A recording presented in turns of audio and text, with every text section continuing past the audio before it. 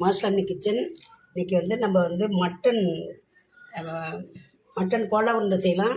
அதுக்கு இப்படி இந்த மாதிரி கொத்துக்கறியாக வாங்கிட்டு மிக்சியில் போட்டு நைஸாக அரைச்சிக்கோங்க. இது 1 கிலோ கறி.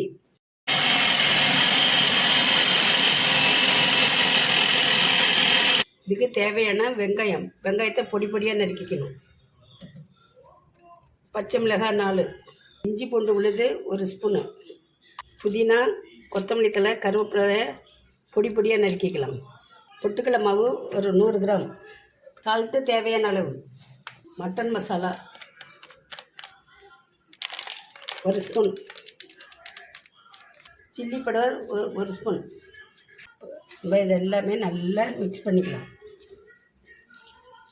இது குழந்தைங்களுக்கும் பல்லு இல்லாதவங்களுக்கும் நல்லா சீக்கிரமாக டைஜஸ்ட் ஆகும். இந்த மாதிரி செஞ்சு கொடுங்க. மட்டன் கோலா உருண்டை செய்யறதுக்கு எண்ணெய் ஊற்றிக்கலாம்.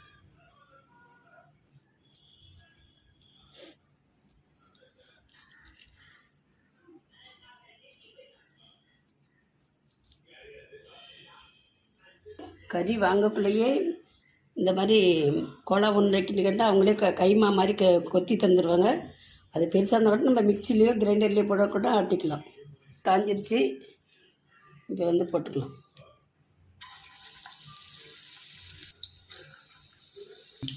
கறி உடையக்கூடாதுன்னு தான் நம்ம பொட்டுக்கடலை மாவு போட்டோம். பொட்டுக்கடலை மாவு கடலை மாவை விட பொட்டுக்கடலை மாவு ருசியாக இருக்கும்.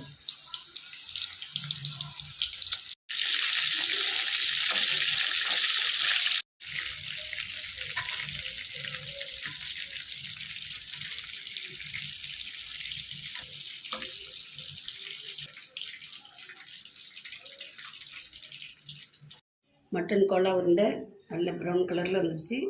எல்லோரும் வெந்துருச்சு. இந்த மாதிரி செஞ்சு பாருங்கள். சப்ஸ்கிரைப் பண்ணுங்கள், லைக் பண்ணுங்கள்.